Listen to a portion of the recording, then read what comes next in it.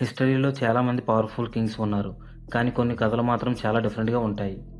ఒక రాజు గురించి పురాణాలు చెప్పేది మాత్రం చాలా విశేషం. అతను 88,000 సంవత్సరాలు పరిపాలించాడని అంటారు. అతని పేరు కర్తవీర్యార్జున. సహస్రబాహు అని కూడా పిలుస్తారు. కానీ ఈ రాజు ఎవరు? ఎలా అంత శక్తివంతుడయ్యాడు? మరి తన స్టోరీ ఎలా ముగిసింది? ఈరోజు ఆ స్టోరీని మనం సింపుల్‌గా తెలుసుకుందాం.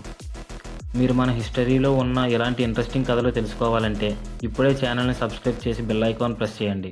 ఇంకా మనం స్టోరీని స్టార్ట్ చేద్దాం. కర్తవీర్యార్జున ఐహయ వంశంలో పుట్టిన రాజు.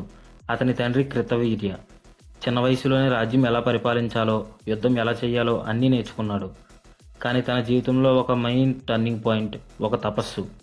అతను దత్తాత్రేయ మహర్షిని ఆరాధించి చాలా కాలం తపస్సు చేశాడు అని పురాణాలు చెప్తున్నాయి. తర్వాత దత్తాత్రేయ సంతోషంతో అతనికి కొన్ని వరాలు ఇచ్చారు. ఆ వరాల వల్ల అతనికి బలం పెరిగింది, గెలుపు ఎక్కువయింది మరియు తన పేరు ప్రఖ్యాతులు ప్రతి చోటుకు వెళ్ళాయి. అలా కొన్ని సంవత్సరాల్లోనే కర్తవీర్యార్జున చాలా పెద్ద రాజు అయ్యాడు. అతని రాజ్యం మాహిష్మతి నర్మదా నది దగ్గర ఉండేది. అతని పాలనలో ప్రజలు చాలా బాగా ఉండేవారు. వ్యవసాయం, వ్యాపారం అన్నీ బాగానే నడిచాయి. అతను ప్రజల కోసం న్యాయంగా పరిపాలించేవారంట. అప్పుడే అతనికి వచ్చింది ఒక పేరు, సహస్రబాహు. అంటే నిజంగా 1000 చేతులు అని కాదు, కానీ అతని శక్తి చాలా ఎక్కువ అని అర్థం. ఎక్కడైనా కంట్రోల్లో ఉంచగలిగే రాజు అని చెప్పొచ్చు. కర్తవీర్యార్జున గురించి కొన్ని కథలు చాలా ఇంట్రెస్టింగ్గా ఉంటాయి. ఒక కథ ప్రకారం అతను రావణాసురుడిని కూడా ఒకసారి గెలిచాడని అంటారు. ఇంకో విషయం ఏంటంటే 88,000 సంవత్సరాలు పరిపాలించాడని చెప్పడం. ఇది మనం డైరెక్ట్గా తీసుకోకూడదు. ఆ రోజుల్లో ఎలాంటి సంఖ్యలు అంటే చాలా కాలం స్ట్రాంగ్గా పరిపాలించాడని అర్థం. అంటే ఆ రూలింగ్ పీరియడ్ని ఒక యుగంగా చెప్పుకోవచ్చు అన్నమాట. కానీ ప్రతి రాజు స్టోరీలో ఒక మార్పు ఉంటుంది.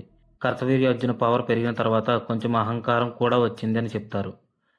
ఒకరోజు అతను జమదగ్ని మహర్షి ఆశ్రమంకు వెళ్ళాడు. అక్కడ కామధేను అనే గోమాత ఉండేది. అది ఒక స్పెషల్ ఆవు. కోరిన కోరికలు తీర్చే శక్తి ఉండేది అని నమ్మకం. కానీ అతని సైన్యం ఆ కామధేనుని తీసుకెళ్లారు. అక్కడే ప్రాబ్లం స్టార్ట్ అయ్యింది.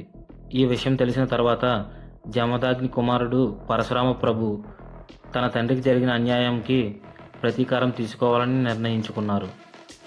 తర్వాత కర్తవీర్యార్జున మరియు పరశురామ ప్రభుల మధ్య పెద్ద యుద్ధం జరిగింది. చివరికి పరశురామ ప్రభు కర్తవీర్యార్జునుని సంహరించారని పురాణాలు చెప్తున్నాయి. ఇలా ఒక పెద్ద రాజయుగం ముగిసింది. కర్తవీర్యార్జున స్టోరీ ఒక పవర్ఫుల్ కింగ్ స్టోరీ మాత్రమే కాదు, అది పవర్, ధర్మ మరియు అహంకారం గురించి చెప్పే ఒక ఏన్షియంట్ లెసన్. ప్రాచీన భారత సాహిత్యంలో ఈ కథ ఎప్పటికీ గుర్తించబడుతుంది. మీరు ఎలాంటి ఏన్షియంట్ ఇండియన్ హిస్టరీ మరియు అన్సంగ్ ఫ్రీడమ్ ఫైటర్స్, కొన్ని interesting global secrets, Rafale deals నుండి సిఐఏ ఆపరేషన్స్ వరకు తెలుసుకోవాలంటే ఛానల్ని సబ్స్క్రైబ్ చేసి బెల్ ఐకాన్ ప్రెస్ చేయండి. నెక్స్ట్ వీడియోలో ఇంకా ఇంట్రెస్టింగ్ స్టోరీస్తో కలుద్దాం.